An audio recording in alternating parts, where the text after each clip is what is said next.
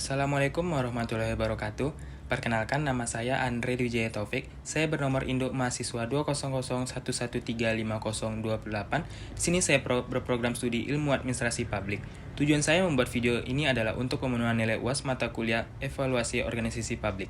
Langsung saja kita ke jawabannya. Yang pertama yaitu beberapa perbedaan utama dalam melakukan evaluasi antara organisasi publik dan swasta, yaitu yang pertama ada tujuan dan misi. Organisasi publik dan swasta sering memiliki perbedaan dalam tujuan dan misi mereka. Publik seringkali memiliki tujuan yang berkaitan dengan pelayanan publik, kepentingan umum, atau kesejahteraan masyarakat secara keseluruhan. Sementara swasta cenderung memiliki tujuan yang berorientasi pada keuntungan dan pertumbuhan dari bisnisnya. Oke, yang kedua itu ada sifat pembiayaan. Organisasi publik biasanya mendapatkan pendanaan dari sumber-sumber pemerintah seperti anggaran negara atau pajak. Di sisi lain, organisasi swasta mendapatkan sumber dananya itu dari investasi, penjualan produk, atau layanan, atau pendanaan dari perbankan. Ketiga, ada akuntabilitas. Organisasi publik seringkali tunduk pada tingkat akuntabilitas yang lebih tinggi dibanding dengan organisasi swasta. Mereka harus mempertanggungjawabkan pengeluaran dan keputusan mereka kepada publik, sering melalui audit dan mekanisme pengawasan yang ketat. Yang keempat itu adalah penilaian kinerja. Evaluasi kinerja dalam organisasi publik sering melibatkan pemenuhan tujuan-tujuan publik, efisiensi penggunaan sumber daya publik, dan dampak sosial. Sementara kinerja dalam swasta itu seringkali lebih berfokus pada pertumbuhan pendapatan, keuntungan, atau pencapaian dari tujuan bisnisnya.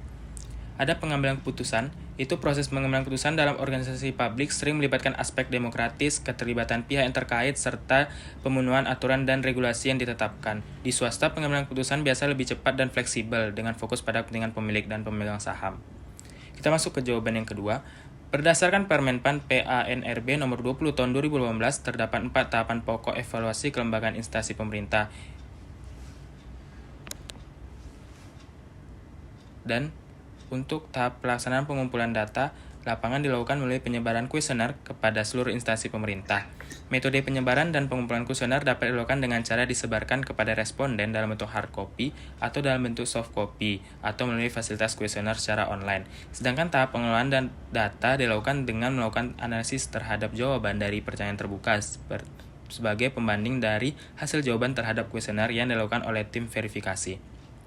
Dalam tahap laporan evaluasi, kelembagaan merupakan dokumen konkret yang dapat dimanfaatkan bagi pengembangan organisasi pemerintah pada masa-masa yang berikutnya. Kita masuk ke jawaban nomor 3. Key leverage adalah penggunaan dana yang bersumber dari utang, baik dengan tujuan meningkatkan keuntungan melalui investasi maupun pembelian atau pembiayaan atas aset perusahaan.